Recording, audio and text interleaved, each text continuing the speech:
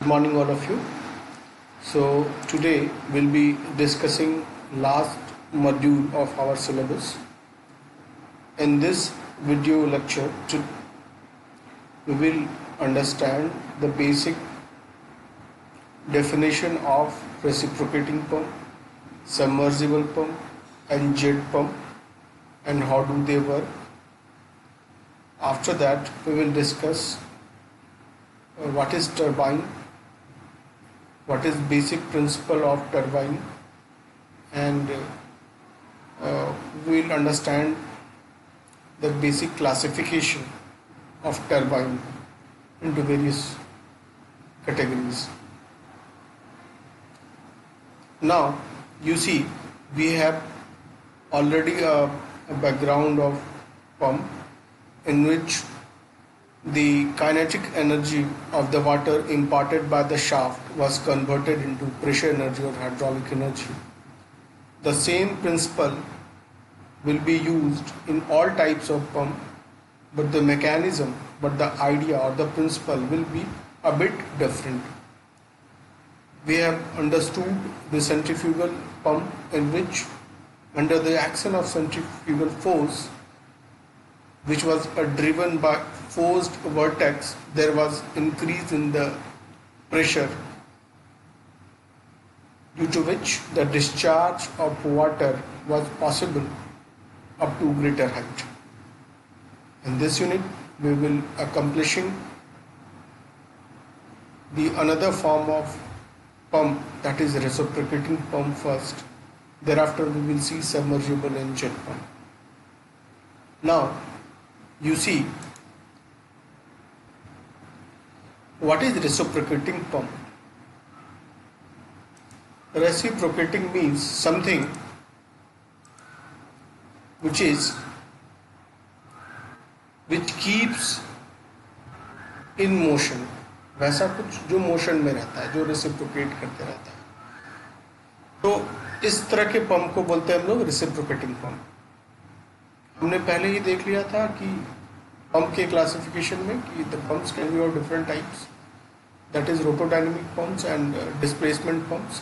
तो displacement pump में क्या होता था, पानी को आप किसी फिक्स वॉल्यूम को सक करते थे और किसी प्लंजर या किसी और डिवाइस की सहायता से उसको इजेक्ट आउट करते थे, डिस्चार्ज करते थे. तो reciprocating pump is an example of positive displacement pump.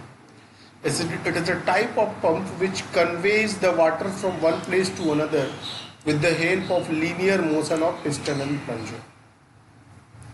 You can see from this slide that this type of pump has been divided into two sections, that is on the basis of discharge के basis पे ये दो sections पर divide हुआ है, plus it has also been categorized on the basis of number of cylinder it is using, कितने number of cylinder ये use करता है.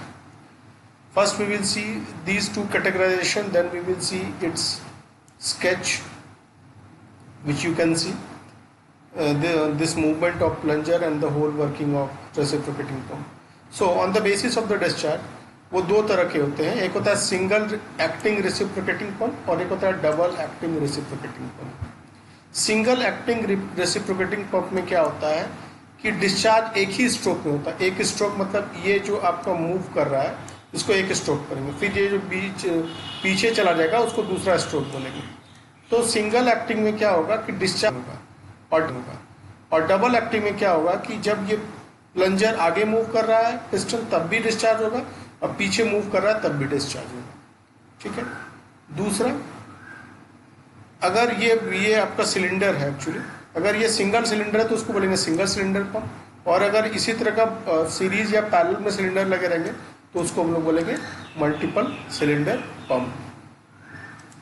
Now you see this is a typical sketch of your reciprocating pump, जिसमें क्या होता है, we have already seen in our earlier lecture इसके working principle को. मेनली एक क्रैंक शाफ्ट होता है जो कि पिस्टन से अटैच होता है. You can see this is piston, this is crank shaft और ये क्रैंक रॉड होता है एक्चुअली.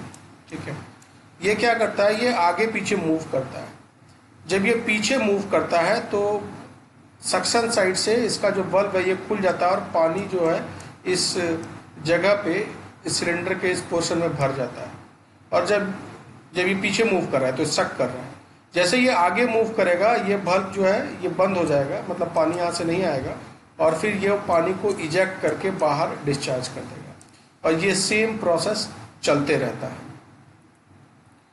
तो यू कैन सी कि जब ये यू कैन सी दिस कि जब ये आगे चल रहा था तो ये पानी डिस्चार्ज हो, जैसे पीछे चला ये सक किया, तो this whole process goes on. तो ये इसके जो इम्पॉर्टेंट टाइप्स पार्ट्स हैं we will see in separate slide, we will explain. तो this was the basic principle, ठीक है, ये बेसिक प्रिंसिपल है। आप जो नॉर्मल जो चापाकल यूज करते हैं that is also a typical example of reciprocating pump. Your tube well is a typical and very common example that you use in your household activities. It is a typical example of reciprocating pump. Now we will see. Basically, I forgot to mention कि ये चूँकि देखिए एक ही stroke में, मतलब जब forward stroke होगा तभी डिस्चार्ज हो रहा है, बैकवर्ड स्टेज में डिस्चार्ज नहीं हो रहा है, इसका मतलब ये सिंगल एक्टिंग है। प्लस इसमें अभी एक ही सिलेंडर है, इसका मतलब सिंगल सिलेंडर है। इसका मतलब ये जो टाइप होगा जाएगा सेंट्रीफ्यूगल पंप का वो होगा single acting single cylinder pump. Okay, now we will understand what will be the different components of a single acting reciprocating pump। Single acting reciprocating pump के डिफरेंट पार्ट्स क्या है। हमने जान लिया था कि ये जो बीच में एक शाफ्ट होता है इसको क्रैंक शाफ्ट कहते हैं, जिसके अबाउट क्रैंक रॉड क्या होता है, लगा हुआ रहता है, ठीक है।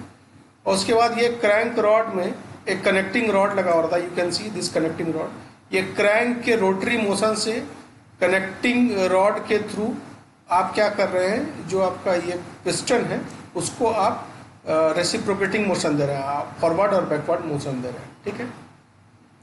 ये आपका सिलेंडर है, यू कैन सी जहाँ से आप पानी सोर्स से ले रहे हैं दिस इज सम, ठीक है। और इस साइड को बोलते हैं आप सक्शन साइड।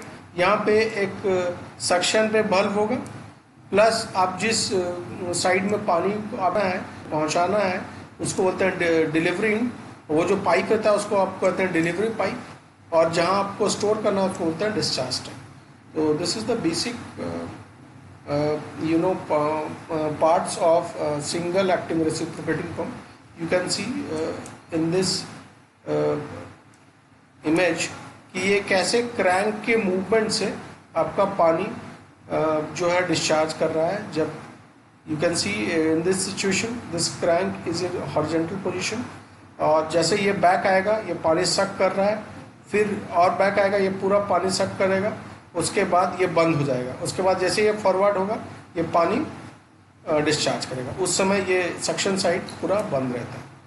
तो I hope you understood the basic principle of this working of reciprocating pump. We will see now the different function of the parts of reciprocating pump. जो ये क्रैंक है which was mounted on the crank shaft, और ये crank के movement, crank जो होता है crank rod से अटैच होता है या कनेक्टिंग रॉड से अटैच होता है जो कि पिस्टन को मूव करता है, और ये क्रैंक शाफ्ट पे बेस्ड होता है। क्रैंक शाफ्ट को कौन ड्राइव करता है, इंजन और मोटर।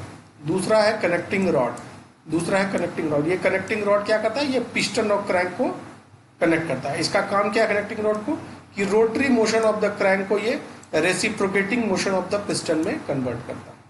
तीसरा क्या है, पिस्टन, जो रेसिप्रोकेट करता है इनसाइड द सिलेंडर। इसी पिस्टन के आगे और पीछे मूवमेंट से आप पानी को सक कर रहे हैं और डिस्चार्ज कर रहे हैं। It creates the pressure difference inside the cylinder, जिसके हिसाब से जो पानी ऊपर आपका सक होता है। उसके बाद ये क्या है, सक्शन पाइप हमने देख लिया था, which conveys water from sump to cylinder, sump से सिलेंडर की तरफ पानी को कन्वे करता है। उसके बाद delivery pipe, it conveys the water from cylinder to discharge tank, ये पानी को सिलेंडर से डिस्चार्ज टैंक में या डिस्चार्ज एंड में ट्रांसफर करता है। इस सिक्स्थ में है suction and the delivery pump. दोनों बल्ब जो सक्शन साइड में लगता है उसको सक्शन बल्ब कहते हैं, और जो डिलीवरी साइड में लगता है वो डिलीवरी बल्ब कहते हैं। और ये दोनों बल्ब किस नेचर के होते हैं, ध्यान रखिएगा, ये बड़ा इंपॉर्टेंट चीज़ है। Non return type bulb. ये नॉन रिटर्न टाइप बल्ब क्या है कि ये एक ही दिशा में फ्लो को अलाउ करता है, मतलब रिवर्स अगर होना चाहेगा तो वो अलाउ नहीं करेगा, इसीलिए इसको बोलते हैं non return bulb. So they do not allow the backward flow of water. ये फॉरवर्ड फ्लो को अलाउ करता है, बैकवर्ड फ्लो को नहीं अलाउ करता है, तो ऑलवेज रिमेंबर दिस। ये सम्प क्या था, जो सम्प जो रिजर्वायर था, जो सोर्स था जहाँ से आप पानी आपका पंप होना था, ये वही था आपका sump. Now we will see the second type of pump in today's lecture, that is submersible pump. Submersible pump, it has been derived from two words, that is submersible and the another word is pump. Submersible मतलब होता है कुछ वैसा unit, कुछ वैसी वस्तु जो कि पानी के अंदर पूरा सबमर्ज हो या हल्का सबमर्ज, पार्टली सबमर्ज हो, उस तरह के पंप जो कि इनफैक्ट आपके सोर्स में ही, आपका जो सम्प है या जो आपका रिजर्वायर है उसमें ही या आपके ग्राउंड के नीचे पानी में ही सबमर्ज हो, उस टाइप के पंप को हम लोग कहते हैं submersible pump. Basically submersible pump is electrical submersible pump is a device which has a hermetically sealed motor.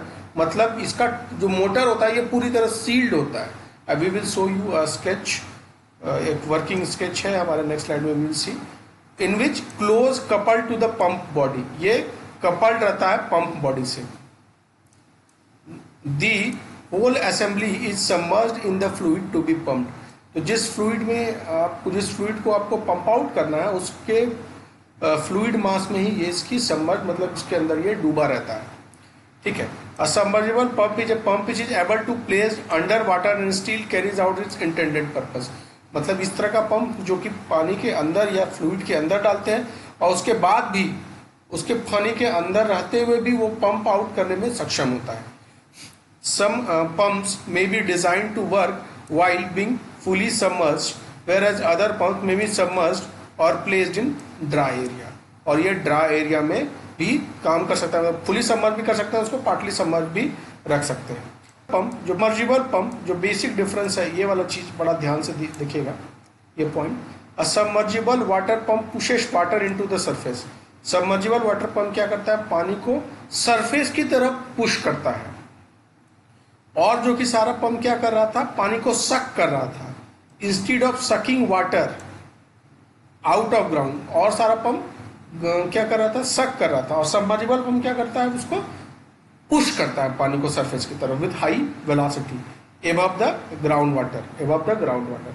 So this is the basic difference between the submergible pump and different pumps, in which it was not sucking the liquid, actually it was pushing the liquid, it was pushing the water towards the ground surface or towards the higher elevation. Now we will move forward and we will see how does it work. Basically this pump shaft is connected to a protector by a mechanical coupling at the bottom of the pump. मतलब pump के bottom में pump shaft जो होता है connect होता है protector by mechanical coupling at the bottom of a pump. You can see this shaft is connected to the protector by mechanical coupling at the bottom of the pump. You can see this coupling is connected with the pump shaft, connected with this pump shaft. Now well fluids enter the pump through in the intake screens and are lifted by the pump stages. यहाँ पे आपका screens रहता है जिसके through ये well का fluid या पानी या जो भी है इंटर करता है। Other parts include the radial bearings distributed along the length of the shaft which provides radial support to the pump shaft turning at high rotational speed. ये जो आपका ये कपलिंग है ये बहुत हाई स्पीड से रोटेट करता है। This rotates with very high speed. So इसके रोटेशन से यू कैन सी, इसके रोटेशन से क्या होता है, ये पानी को बहुत हाई वेलोसिटी से ऊपर की तरफ पुश करता है।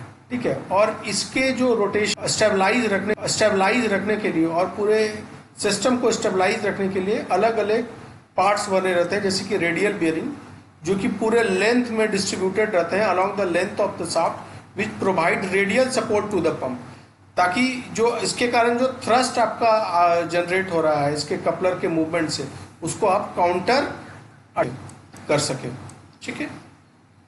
An optional thrust bearing can also take axial force of the axial forces arising in the pump, but most of those forces are absorbed by protected thrust bearing.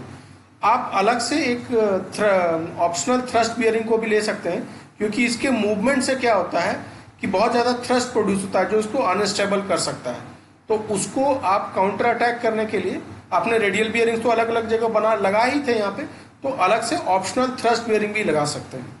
ठीक है, तो this was the basic of submersible pump, जो कि fluid के अंदर में रह के, पानी के अंदर में रह के वो पानी को क्या करता है, पुश करता है नीचे से ऊपर की तरफ इन स्पाइट ऑफ सकिंग। ठीक है, perhaps you got this. Now we will move forward to our next type of pump, jet pump. Jet क्या होता है, मान लीजिए कि आप छोटे नोजल से आप क्या करते हैं, एयर को ब्लो करते हैं या पानी को बहुत हाई स्पीड में ब्लो करते हैं, तो जो पतला जो धार निकल के आता है, small stream comes out from that nozzle, उसी को आप लोग क्या कहते हैं, जेट कहते हैं। तो jet pump is basically used to transfer momentum from high velocity primary stream to secondary stream and gets entrained. We will see ये क्या बोलना चाह रहा है। It is packaged with advantage of geometrically simplicity without any moving parts. कहने का मतलब है कि जेट पंप अपना ही पंप किया हुआ लिक्विड के मोमेंटम को यूज करके वाटर को डिस्चार्ज करता है। कैसे करेगा, वी विल सी। ये इतना सिंपल होता है कि यहाँ बिना आपको किसी का मूवमेंट का बहुत ज़्यादा जरूरत नहीं है। ठीक है, बेसिकली आपको जो जेट प्रोड्यूस करने के लिए आपको बेसिकली एक पंप चाहिए, जो कि जिसके कारण जेट, या तो उस जेट में आप एयर ब्लो करवा लें या कोई फ्लूइड से ब्लो करवा दें, इमिसिबल फ्लूइड, जिससे वो जेट बने। ताकि जेट जो है, जेट बनने से आपका दो फायदा है, हम लोग देखेंगे आगे। जेट बनने से उसमें दो फायदा क्या है, जेट क्या करता है, आपके प्रेशर, इतना प्रेशर एनर्जी, काइनेटिक एनर्जी इतना प्रोड्यूस करा देता है लिक्विड में, तो और वो लिक्विड एनर्जी का जो लिक्विड में जो काइनेटिक एनर्जी आता है जेट की वजह से, वो प्रॉपरली इस तरह से जेट का पंप का डिजाइन रहता है कि वो प्रॉपरली उसका काइनेटिक एनर्जी किसमें ट्रांसफॉर्म हो जाता है, हाइड्रोलिक एनर्जी, और हाइड्रोलिक एनर्जी ट्रांसफर हुआ तो प्रेशर बढ़ गया तो वो निकल जाता है बाहर। Now we will see a jet pump essentially comprise of nozzle and diffuser assembly. ये नोजल और डिफ्यूजर असेंबली बेसिकली इसमें होता है। The pressure energy of the water converted into kinetic energy and accordingly pressure gets reduce. जो pressure energy है water का, वो convert हो जाता है काइनेटिक एनर्जी, और ये जी काइनेटिक एनर्जी जो है ये ट्रांसफॉर्म हो जाता है हाइड्रोलिक एनर्जी में, जिससे प्रेशर इंक्रीज हो जाता है। ठीक है, air have been used as fluids. इसको जेट को बनाने में पानी या तो एयर दोनों को यूज कर सकते हैं in the primary and the secondary streams respectively. जो नोजल होता है वो इसका जो शेप होता है प्रिफरेबल रहता है ये कॉनिकल हो। इसकी मीन डायमीटर 4 से 6 mm के बीच वेरी करता है। ठीक है, a stream of high pressure water from delivery pipe of the pump और from an independent supply reservoir is allowed to flow through the nozzle section. अब बेसिकली इसकी वर्किंग हम लोग देख लेंगे क्या कर रहा है इन द नेक्स्ट स्लाइड, तब हम लोग को ये ज़्यादा बेटर से इसकी अंडरस्टैंडिंग होगी। यू सी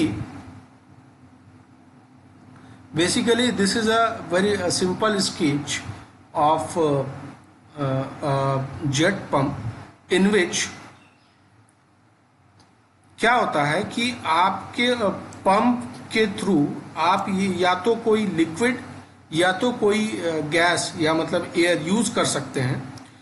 सबसे पहले क्या होगा, आपका सोर्स से पानी इधर जाएगा, ये स्ट्रेनर से जाएगा, ये स्ट्रेनर के बाद फुट बल्ब लगा रहा है, फुट बल्ब से जाएगा।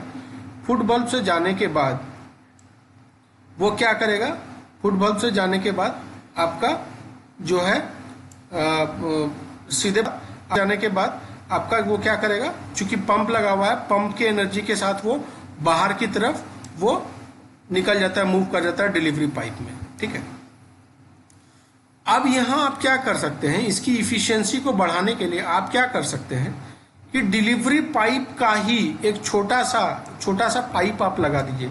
चूंकि ये बहुत हाई वेलोसिटी से जाता है तो हो सकता है कि एक पोर्शन डिलीवरी पाइप का एक छोटा डिस्चार्ज आप यहाँ से पाइप को यहाँ ले आइए और वहाँ एक नोजल के फॉर्म में नोजल से यहाँ पे उसको डिस्चार्ज करा दीजिए। तो ये डिलीवरी पाइप का पार्ट से जो है आप डिस्चार्ज निकाल रहे हैं यहाँ पे, तो इसकी वेलोसिटी बहुत ज़्यादा है, इसका मोमेंटम बहुत ज़्यादा है। अब यहाँ क्या करेंगे आप, उसको अगर नोजल से निकालेंगे तो नोजल इससे निकलने से क्या होता है, इसकी काइनेटिक एनर्जी जो होती है बहुत ज़्यादा और बढ़ जाती है। और काइनेटिक एनर्जी ये नोजल इफेक्ट के कारण क्या होता है कि ये काइनेटिक एनर्जी जो वाटर का है या डिलीवरी पाइप से जो वाटर आ रहा है उसका बढ़ जाने से क्या होता है, यहाँ पे आपका प्रेशर एनर्जी को वो बहुत ज़्यादा हाइड्रोलिक एनर्जी में चेंज कर देता है। तो बेसिकली आप क्या काम कर रहे हैं कि डिलीवरी पाइप से ही आपने अलग से पाइप लगा दिया, उसमें नोजल लगा दिया और उसी के मोमेंटम को आप यूज कर रहे हैं ताकि जो अभी जो आपका पानी जो आपका बाहर निकल रहा है उसके हेड को, उसके प्रेशर एनर्जी को, प्रेशर हेड को बढ़ा रहे हैं। तो बेसिकली आप यहाँ पे उसी के लिक्विड यूज कर रहे हैं। नहीं तो आप क्या कर सकते हैं, यू कैन सी कि आप जो ये जो नोजल यूज कर रहे हैं यहाँ पे अभी उसी का लिक्विड यूज कर रहे हैं। अब हो सकता है कि अलग किसी सोर्स से, पंप से, आप कहीं से मान लीजिए कोई और सोर्स से आप यहाँ पे पंप लगाते और या कोई गैस भी आप पास करा सकते थे। गैस भी सेम इफेक्ट काम करेगा, गैस का भी सेम इफेक्ट रहेगा और वो जेट बनाएगा और जिस जेट की वजह से क्या होगा, पानी का जो हेड है वो बढ़ जाएगा, उसका काइनेटिक एनर्जी हेड बढ़ेगा और काइनेटिक एनर्जी हेड बेसिकली इसका यहाँ पे जो कॉनिकल शेप होता है, एक कॉनिकल शेप के कारण क्या होता है, इसका काइनेटिक एनर्जी किस में चेंज हो जाता है, प्रेशर एनर्जी में, हाइड्रोलिक एनर्जी में चेंज हो जाता है। So perhaps you got, we will now come to our next topic, that is what are the factors affecting the selection and type of the pump। कौन कौन से factor हैं जो कि सिलेक्शन मतलब किस तरह के हमारे पास रेंजेस हैं बहुत सारे पंप्स के, तो उसमें कौन सा पंप हमारे लिए सूटेबल होगा या हमारे हिसाब से सूटेबल होगा, उसको कौन कौन से क्राइटेरिया गवर्न करते हैं। तो बेसिकली आपका जो मेन चीज़ है, मेन कंसेप्ट है वो है कि आपको सबसे पहले आप जान लीजिए कि कितना डिस्चार्ज आपको चाहिए उस पंप के थ्रू। उसके बाद आपको कितना हेड मतलब कितने ऊपर तक आपको ले जाना है, ठीक है। उसके बाद बेसिकली इफिशिएंसी कितनी चाहिए आपकी पंप की, ठीक है। तो ये हो गया, डिस्चार्ज हो गया, हेड हो गया, इफिशिएंसी हो गया। तो बेसिकली ये जो होता है ये प्राइमरी क्राइटेरिया होता है कि क्या डिस्चार्ज है आपको चाहिए, कौन कितना हेड चाहिए, कितना ऊपर ले जाना, कितनी इफिशिएंसी होगी पंप की। अब बेसिकली आपको पता है कि 100% इफिशिएंसी किसी भी इक्विपमेंट का नहीं होता है, तो हाउ कैन यू एक्सपेक्ट कि आपकी पंप की 100% इफिशिएंसी होगी। तो ये बेसिक क्राइटेरिया है। इस क्राइटेरिया के बाद भी बहुत सारे सब बेसिक क्राइटेरियाज हैं। तो बेसिकली आपको हमने ये बता दिया। अब जैसे आपके हम लोग एक एक करके सारे क्राइटेरियाज को डिस्कस कर लेंगे। तो पहला क्राइटेरिया था कि मैक्सिमम ऑपरेटिंग प्रेशर, कितना प्रेशर आपको चाहिए, ठीक है। तो ये ऑपरेटिंग प्रेशर जो है वो आपको क्या क्लियर कर देगा, कितना हेड तक आपको उठाना है पानी को। दूसरा मैक्सिमम डिलीवरी, कितना डिलीवरी ये दे सकता है। तो ये किसको बताएगा कि कितना डिस्चार्ज आपको निकल सकता है पंप से, कितना डिस्चार्ज।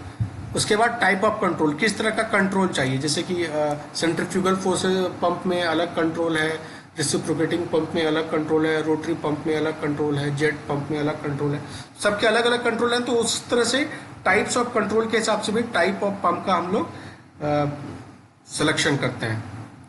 फिर फोर्थ है पंप ड्राइविंग स्पीड, उसकी स्पीड कितनी होनी चाहिए। पंप एक्चुअली जो रोटर होता है रोटेट करते रहता है, वही रोटर का स्पीड से आपको काइनेटिक एनर्जी पानी को मिलता है और काइनेटिक एनर्जी पानी को आप हाइड्रोलिक एनर्जी ऑफ वाटर में चेंज करते हैं।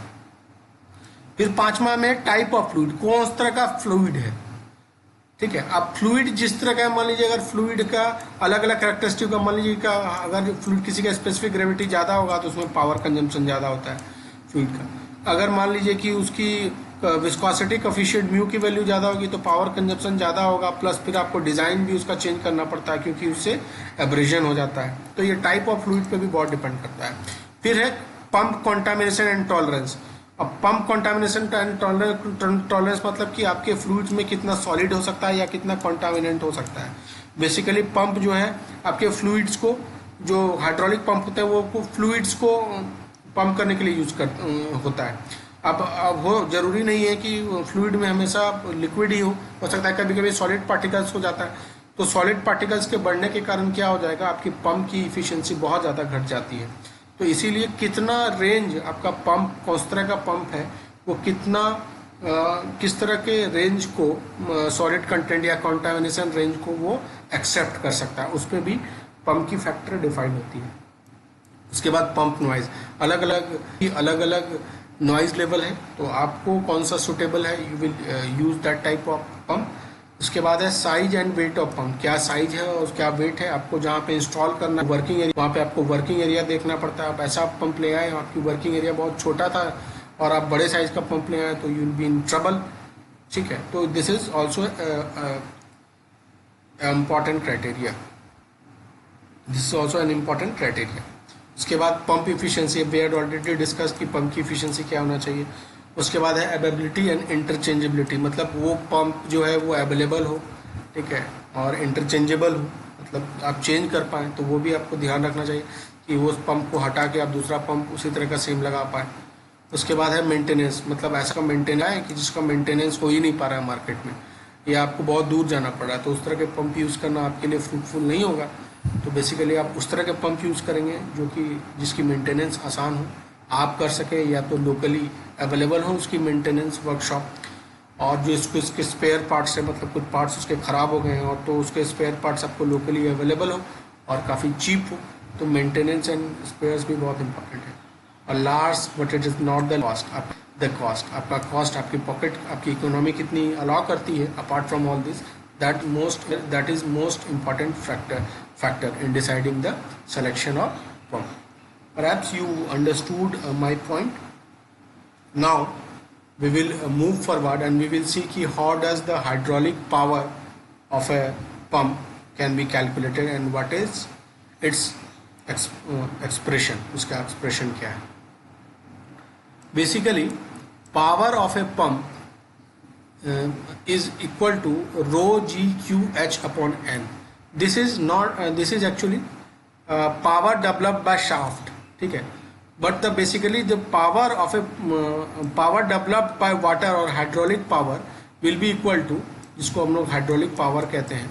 बेसिकली जो आइडियल हाइड्रोलिक पावर होता है वो होता है discharge into density of fluid into G into H, ठीक है। ये हाइड्रोलिक पावर, मतलब इतना हाइड्रोलिक पावर आपको चाहिए।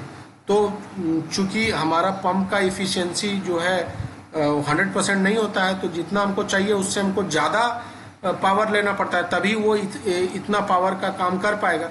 तो बेसिकली उसको लेने के लिए हमको क्या करना पड़ता है, शाफ्ट पावर को लेने के लिए हमको क्या करना पड़ता है, हाइड्रोलिक पावर जो होता है उससे डिवाइड करना पड़ता है इफिशियंसी ऑफ योर पंप। तो ये जो पावर है यहाँ पे, ये है शाफ्ट पावर। तो बेसिकली रो क्या था, डेंसिटी फ्लूइड था, जी ग्रेविटेशनल कांस्टेंट था, क्यू डिस्चार्ज था, एच हेड था, मतलब जिस आप सक्शन हेड से डिलीवरी हेड, इसका जो हाइट होगा, ठीक है, वही है आपका, इसका डिफरेंस, हाइट का डिफरेंस यही आपका देगा। एन क्या है, पंप की इफिशियंसी। Perhaps you got. तो हाइड्रोलिक पावर ये ऊपर वाला हाइड्रोलिक पावर है, ठीक है, और ये नीचे है उसका इफिशियंसी पंप, और ये क्या है, ये शाफ्ट पावर ऑफ पंप, ये पावर है, शाफ्ट पावर है पंप की। तो बेसिकली यू कैन सी, हमने बताया हाइड्रोलिक पावर किलोवाट में अगर आप इसको ये कन्वर्ट करेंगे, मतलब 1000 kilowatt is 1 kilowatt is equal to 1000 watt, तो उसको 1000 से डिवाइड करना पड़ता है। We have already seen this expression, discharge into total head, मतलब जितना डिलीवरी हेड है मैंने मतलब जिस हाइट तक, जहाँ डिलीवरी यहाँ था, सक्शन यहाँ था, तो उसके हाइट का difference H D minus H S into rho, उसका डेंसिटी था, जी यूनिवर्सल कांस्टेंट है, आपको पता है एक्सेलरेशन का, और 1000 चूँकि आपको यहाँ किलो वाट में आपने कन्वर्ट किया था, तो ये आपका 1000 आपने यहाँ किया। तो यू हैव टू रिमेंबर, तो सबके वैल्यूज़ देख लीजिए, क्या यूनिट क्या है, मीटर क्यूब पर सेकेंड है, difference between the head and suction head ये मीटर में है, डेंसिटी है केजी पर मीटर में, एक्सेलरेशन न्यूटन मीटर स्क्वायर पर सेकेंड में, ठीक है। हमने यहाँ से जाना था कि पंप एफिशिएंसी क्या होता था, हाइड्रोलिक पावर अपॉन पंप का शाफ्ट पावर, ठीक है। Perhaps we got these important parameters और हम लोगों को एक बहुत बेसिक अंडरस्टैंडिंग पंप का जो है मिल गया है। You can also have some of the basic numericals जहाँ आपको सारा डाटा पता रहेगा और आपको यहाँ पे जो है या तो हाइड्रोलिक पावर निकालना पड़ेगा या पंप इफिशिएंसी निकालना पड़ेगा। तो just you have to remember both these formula. ये फार्मूला आपको एक्चुअली बहुत बेसिक है, आपको याद रखना है। Now we will move forward to our next sub section that is turbine. As per your syllabus आपको टरबाइन के बारे में ज़्यादा डिटेल में नहीं पढ़ना है, so we will not go to that detail, but we will just understand कि टरबाइन क्या है, बेसिक प्रिंसिपल टरबाइन का क्या था और ये टरबाइन का एप्लीकेशन क्या क्या होता है और बेसिकली जो है कि टाइप्स ऑफ टरबाइन क्या है। तो we will not go into detail, just we will understand the basic differentiation types and the principle of turbine. तो what is turbine? Basically turbine is a rotary mechanical devices that extract energy from a fast moving flow of water, steam, gas, air or other fluid and converts it into useful work. तो turbine क्या है? एक rotary mechanical device है जो कि extract करता है energy कहाँ से? Fast moving flow of water, मतलब बहुत तेज अगर फ्लो आ रहा है उस वाटर के, उससे अपना एनर्जी एक्सट्रैक्ट करता है, या तो स्टीम से या तो गैस या एयर या कोई और फ्लूइड से, और उसको यूजफुल वर्क में कन्वर्ट करता है। बेसिकली आप उसको इस तरह से भी डिफाइन कर सकते हैं, it is a turbo machine with at least one moving part called rotor assembly which is a shaft और drum with blades attach. Basically ये टर्बो मशीन होता है जिसमें एटलीस्ट एक मूवेबल पार्ट होता है जिसको रोटर असेंबली कहते हैं, जो कि एक शाफ्ट की तरह होता है या ड्रम की तरह होता है जिसके ऊपर ब्लेड्स लगे रहते हैं। Moving fluids acts on the blade so they move and impart rotational energy to the rotor. Rotational energy to the rotor. Moving fluids जो है बेसिकली वो मूव कर, वो इस तरह से आपके रोटर पे लगता है ताकि वो उसको रोटेशन दे, और उस रोटेशन को यूज़ करके हम लोग क्या करते हैं, जो उस एनर्जी को प्रोड्यूस करते हैं। हम लोग देखेंगे बेसिकली आपको पता है कि फैराडेज लॉज ऑफ इंडक्शन, आपको उसके बेसिक प्रिंसिपल्स आपको पता था। तो फैराडेज लॉ ऑफ इंडक्शन के बेसिस पे हम टरबाइन का यूज़ करके इलेक्ट्रिसिटी जनरेट करते हैं। आप देख सकते हैं in the bottom of this slide कि आप मान लीजिए ये पेल्टन टरबाइन का एग्जांपल है। आपके नोजल के थ्रू मान लीजिए ये रोटर है, ठीक है, और रोटर के ऊपर ये नहीं है बकेट्स लगे हुए आप देख रहे हैं, और ये नोजल के थ्रू ये पानी गिरता जा रहा है और ये मूव करता जा रहा है, और ये रोटर का मूव करने से क्या हो रहा है, इसके अटैच्ड है साफ्ट, और यही साफ्ट जो होता है एक जनरेटर के शाफ्ट में अटैच होता है, और ये जनरेटर के शाफ्ट के अटैच होने से Faraday's loss of electrolysis use करके वहाँ पे आप क्या करते हैं, इलेक्ट्रिक करंट प्रोड्यूस करते हैं। ठीक है, तो this was the basic principal. मतलब हमको कुछ ऐसा एक सोर्स चाहिए था जिससे हमारा जो है शाफ्ट जो है मूव करे। तो वैसे आपको शाफ्ट मूव कराने के लिए तो मैकेनिकल एनर्जी का प्रोड्यूस करना पड़ेगा, या अलग से आपको मैनुअली या कोई और सोर्स से लगाना पड़ेगा। तो ये जो आप यूज़ कर रहे हैं काइनेटिक एनर्जी और pressure energy of moving water, जिससे आप करंट प्रोड्यूस कर रहे हैं, बेसिक प्रिंसिपल वही है टरबाइन का काम करने का। तो you can see it's a very simple and interesting sketch, जिसमें देख रहे हैं कि इसके मूवमेंट से क्या हो रहा है। ये इसका शाफ्ट मूवमेंट ये जनरेटर के शाफ्ट से अटैच है, जिससे आपका इलेक्ट्रिसिटी प्रोड्यूस हो रहा है। Now we will move forward to our next slide and we will see what is the working principle of turbine.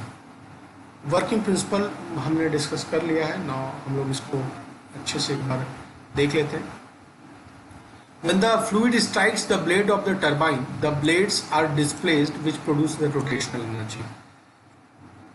ठीक है, मान लीजिए यहाँ पे नीचे से यहाँ पे फ्लूइड फ्लो हो रहा था, फ्लूइड के फ्लो होने से क्या होता है, ब्लेड मूव करना डिस्प्लेस होगा, अपनी जगह से मूव करना स्टार्ट करेगा, और मूव करने से क्या होगा, रोटेशनल एनर्जी आता है। किस में, आपके किस ब्लेड्स किस पे लगे हुए रहते हैं, शाफ्ट पे। और ये शाफ्ट किसके साथ कपल्ड रहता है, जनरेटर के शाफ्ट में, ठीक है। When the turbine shaft is directly coupled to the electric generator, mechanical energy is converted to electrical energy. और ये शाफ्ट के मूवमेंट से फैराडेज लॉ ऑफ इंडक्शन का यूज करके whenever there is a relative motion between a magnet and a conductor, तो there will be always flow of electricity. वो use करके आपका क्या करते हैं, जो जनरेटर में इलेक्ट्रिसिटी प्रोड्यूस होता है.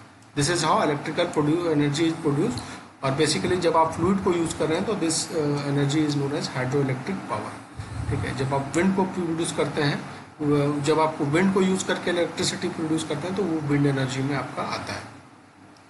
बेसिकली काम वही है, आपको रोटेट करना से, वेट को रोटेट करना से शाफ्ट रोटेट होता है, और शाफ्ट के रोटेशन से आपका जनरेटर का शाफ्ट कपल्ड अप होता है, और जनरेटर अगर जो मूव करता है तो फिर आपका करंट जो है वो प्रोड्यूस होता है, ठीक है.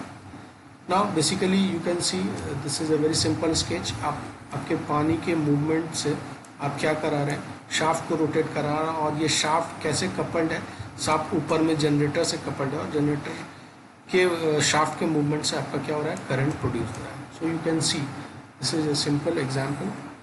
This is a simple example of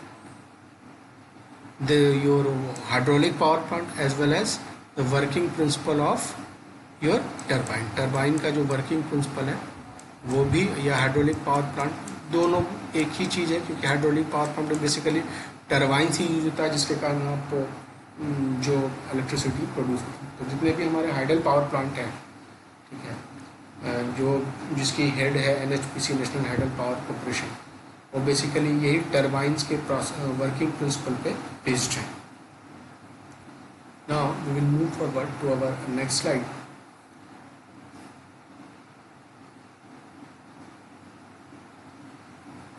and we will see what are the different types of turbine. अब टर्बाइंस के अलग अलग टाइप्स क्या क्या हैं. तो बेसिकली टर्बाइंस जो है हमारा हमारा दो तरह का था. एक था इम्पल्स टर्बाइन और दूसरा था हमारा reaction turbine.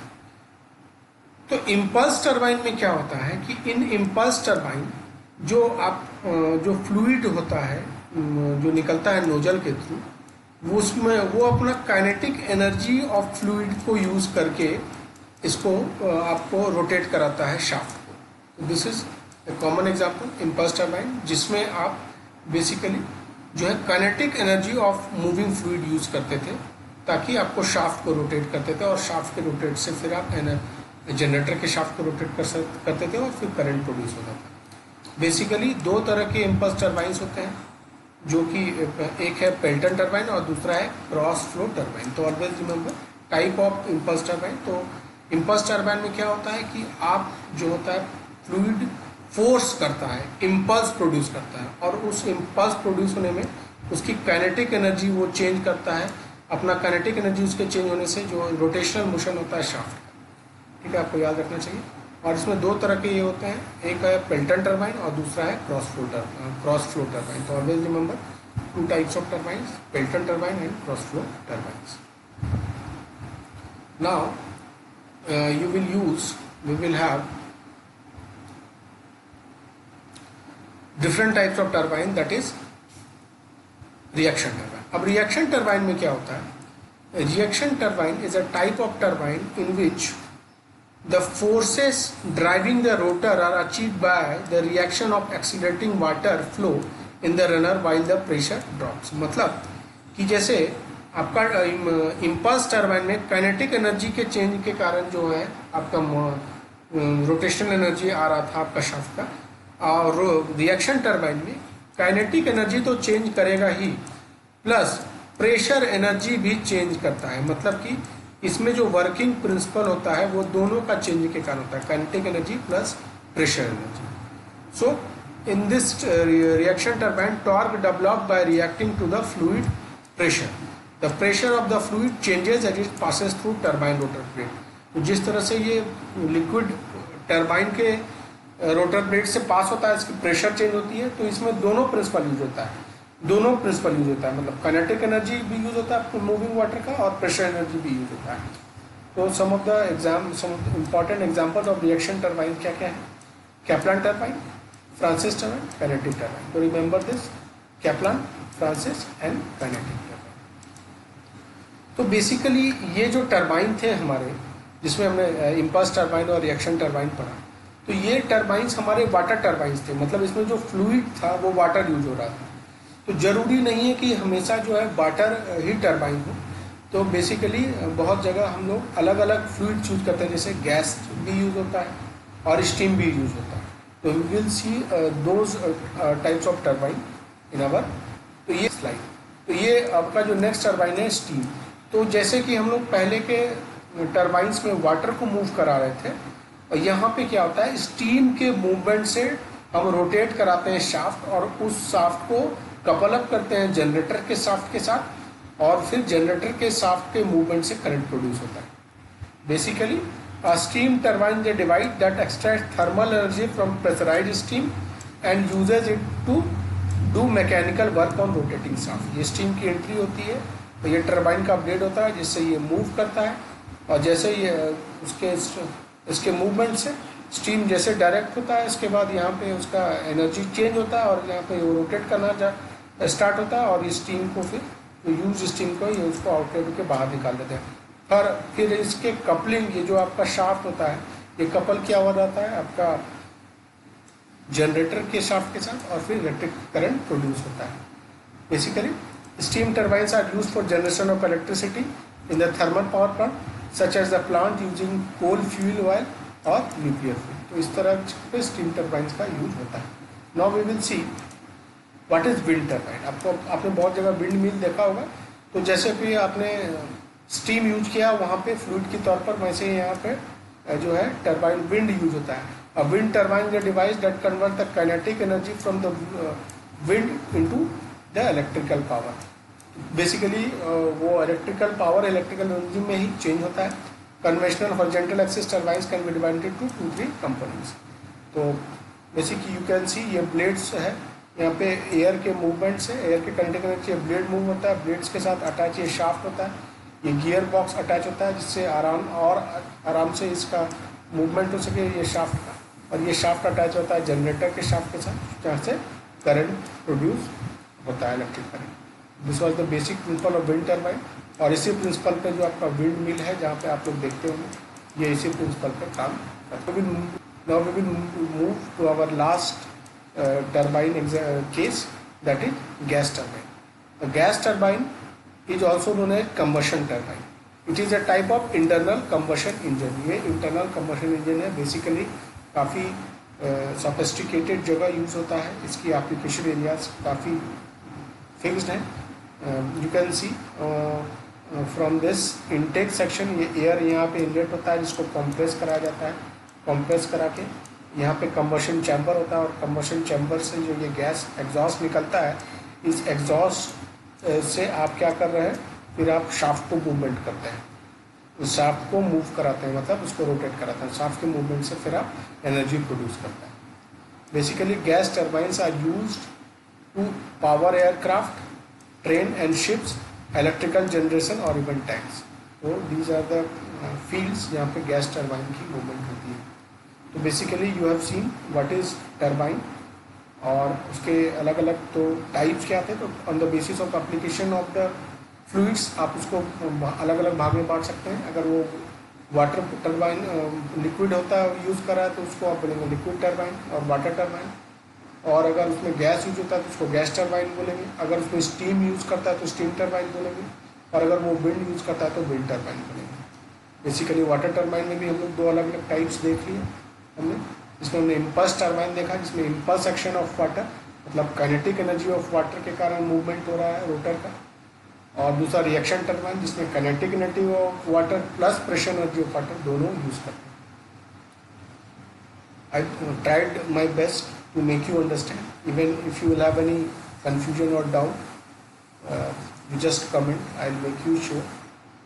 So your last topic is also finished.